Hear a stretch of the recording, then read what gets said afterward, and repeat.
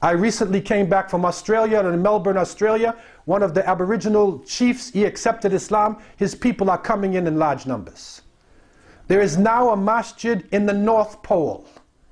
You know the North Pole that's high up in the north. The Christians have the Santa Claus. Far in the north. There is a masjid in the North Pole now. In Canada. We took the masjid up, and now you can make salat even in the North Pole, in the highest possible place for people to make salat. Everywhere in the world, this message is spreading. People who have never heard of him, they have never seen him, they don't speak his language, but yet they are accepting this religion. Inna a'tainaka al-kawthar fasalli li rabbika wanhar. Verily we have given you al-kawthar. We have given you an abundance. So pray to your Lord and sacrifice.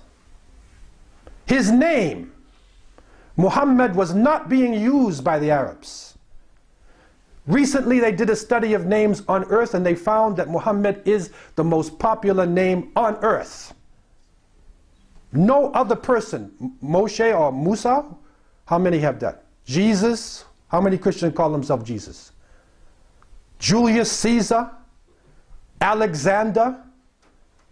Which one do you want to be? You will not see their name repeated. The Muslims say, instead of Salih, they say Muhammad Salih.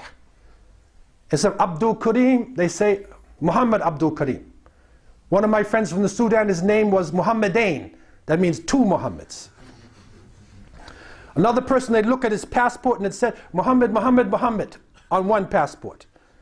Him, his father, and his grandfather. But how many people know Al-As ibn Wa'il as-Sahmi? Who knows him?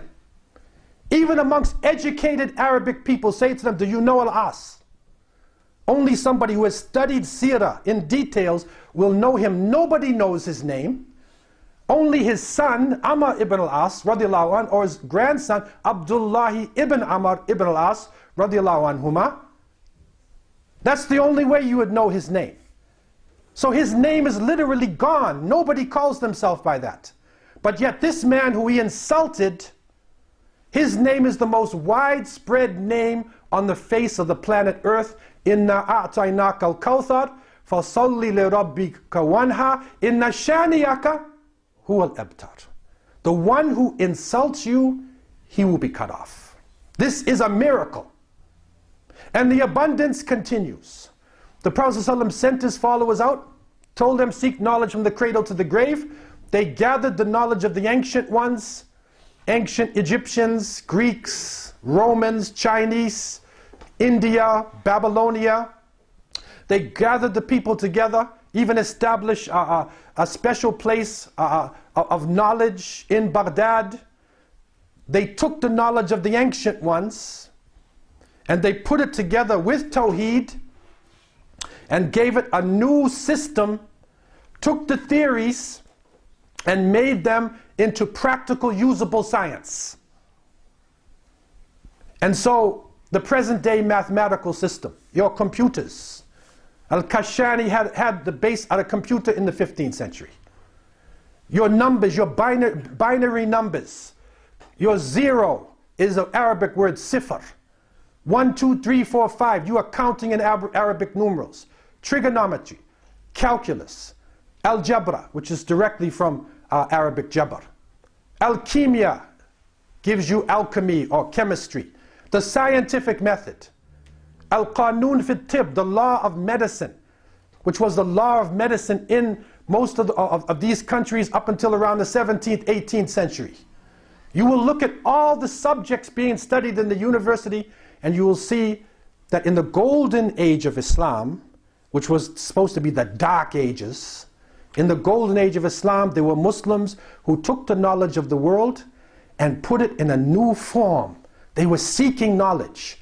Why did they do this? It came from this man. This man was alone.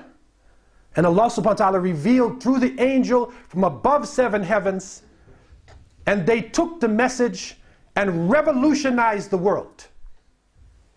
You would not have progress. You would not even have planes. Ibn Firnas, he flew. They flew Al-Andalus a long time ago. You would not have planes, you would not have your astrolabes, you would not know your directions properly. You would not have your scientific method if it was not for this man. And so his prophethood is an abundance.